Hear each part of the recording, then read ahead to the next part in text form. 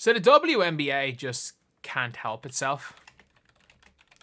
And all they have done is ruined everything that Caitlin Clark has tried to do for the sport. And you're seeing it, whether it be the players, whether it be the literal owner. They've ruined it all. They have ruined it all. And what Caitlin Clark did, everything that Caitlin Clark has done was for nothing. Before we get on to that, if you guys are new to the channel, subscribe. We are trying to hit 40,150. And we're going to be completely honest here. That if we're talking in a vacuum, Caitlin Clark is the most, as a person, the most unproblematic sports person maybe in the world right now. Of all elite sports people, Caitlin Clark might be the least problematic ever. She has done nothing. All she does, I'm not joking when I say this, all she does is play basketball. She'll play a bit of golf. She will go to any obligation she has to do sponsorship wise or financial wise, giving a talk, and do charity work. That is all Caitlin Clark does. She's not there on TikTok. One of her most viral clips are pretending to do baseball commentary. I think the last time I've seen her not do one of those things was when she just went to a Taylor Swift concert. She might be the least problematic person. And then when she's asked any questions, she will answer it in a question to try diffuse any situation while still promoting the entire league of the WNBA. Because that's what her goal is. Her goal is, that's the whole thing. Her goal is to inspire young kids in a similar way to the likes of Maya Moore inspired her. She wants to inspire young girls and boys to play basketball. She wants to win, obviously, win.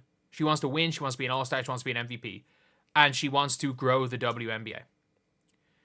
Caitlin Clark has never said a bad word about an opponent. Caitlin Clark got blindsided by Kennedy Carter and still praised Kennedy Carter the next day. Caitlin Clark got, shoulder barged to the face by Alyssa Thomas. Nothing. Caitlin Clark took hard hits. And whether you want to say, oh, okay, it's rookie or being targeted, that's not, it is what it is. She would never say anything negative. Caitlin Clark has defended Dejanay when, look, I don't know if Dejanay meant to poke her in the eye, but Dejanay meant to hit her in the face. Dejanay, you do not swipe down with that force at someone's face to just block a shot. I don't think, look, I think it's too hard to say she accurately meant to eye gouge her, but I do think Dejanay, best case scenario, she recklessly swung without any care about whether or not she hit Caitlin Clark or not. Or maybe she just swung and it was you know what, if I hit her, I hit her. If I don't, I don't. And still then went and said it wasn't intentional from Dejanay. And then she did a Time interview basically trying to diffuse the stuff and to calm down one side. And by doing that, she ended up getting people to completely turn on her. The people that she was trying to diffuse the situation to stop going at other players have now turned on her, while the people that were demanding she talked about these people or tried to do other things basically are now saying it's not good enough and are still doubling and tripling down on Caitlin. And not only that, it's getting even worse because they're now accusing her of never being worthy of anything and saying that she admitted that she doesn't deserve any award. Heck, she got her unanimous Rookie of the Year robbed because some person who has never watched the sport of basketball thought Angel Reese was Rookie of the Year. She didn't deserve to win MVP. Yeah, obviously, she didn't have a good enough first 15 games to do that. But, just because she wasn't MVP of the league doesn't take into account that what happened with college, everything. She deserved time, especially based on the criteria. But yet, she wins the award, and all of a sudden, it's A'ja Wilson should win the award. There is a 0% chance A'ja Wilson would ever win the award. If we had a list of 30 of the top sports people in the world this year, A'ja Wilson's not on it. Why? Because she scored a lot of points while her team got worse. I'm not joking. That's literally what happened. The Aces went from being champions to getting 10 games worth, losing 10 more games in the regular season, and then getting destroyed in the playoffs by the Liberty. They got worse. Like, that's something people don't realize. They got worse. They got their ass handed to them by the Lynx multiple times in the regular season. The Lynx had their number. The Liberty had their number. They didn't beat anyone good. Like, the Aces literally did not beat good teams last year. They had a losing record against the two best teams. Yeah, they beat the Sun a few times towards the end of the season when the Sun were packing it in because they did not want to face, because they were happy to face the Fever. When the Sun packed it in at the end of the year. And yeah, they beat maybe the Storm a couple of times, and they beat the Fever. Okay, whoop-de-feckin-do. The Fever were the worst team in the W. Like, Fever won 13 games, they won 35 games last year, and what, there was 5 games difference between them this year? Like, if we're talking about who deserved this award, if you want to argue it's not Caitlin Clark, if you want to argue that it's a female athlete, then, and people are like, oh, it should have been Aja and Coco and more deserving. Why was Coco Gauff more deserving? And I mean this. Why was Coco Gauff more deserving? Coco Gauff this year, she is not the number 1 in the world. How many slams did Coco Gauff win this year? Coco Gauff did not win the Olympics and did not win a single Grand Slam. She did not win a slam. I repeat, she won 0 slams, and people are like, Coco Gauff deserved to win Athlete of the Year. Are you dumb? Are you dumb? I'm not even a Novak Djokovic fan. Novak Djokovic at 37 years old, 10 years past his prime. Did he win a slam this year, or did he just win the Olympics? Okay, he just won the Olympics. He just won the Olympics. But he won more than Coco Gauff. Alcaraz. Like, there are players that have won more. Like Yannick Sinner. Coco Gauff wasn't deserving either. Aja Wilson wasn't deserving either. These people are literally, that are calling out, saying Aja or Caitlin Clark didn't deserve to win, are like, they don't think Caitlin Clark deserves to win. Why? Because of her race. Because the reality of the situation is their alternatives are Aja Wilson, who won nothing other than Olympic Games, which literally, again, as I've said, they could have started their starting 5 and brought, if they got rid of Chelsea Gray and Taurasi and started Jackie Young and brought like Caitlin or heck, even Tash Cloud, they would have won the Olympics if they brought the 1996 team as the bench. And then you have got Caitlin Clark, who just, as far as just global superstar, became one of the biggest names in sports, the biggest name in basketball, the face of the sport of basketball, which has never happened before. The face of basketball is a female player.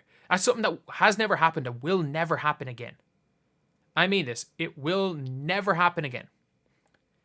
And you don't want her to win the award. Why? Because she's not the right race. And the fact is that all they proved what Caitlin Clark said, because Caitlin Clark said exactly what they claimed they wanted Caitlin Clark to say.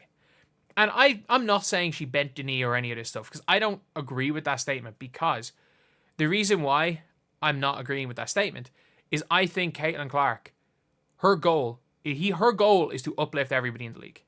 Her goal is not to appease a group of fans that she never asked for. Her goal is not to tear down other players in the league, even ones that have tore her down. Her goal is to uplift literally everybody. And it's to uplift everybody, whether that's her teammates, whether that's her opponents, whether that's her league.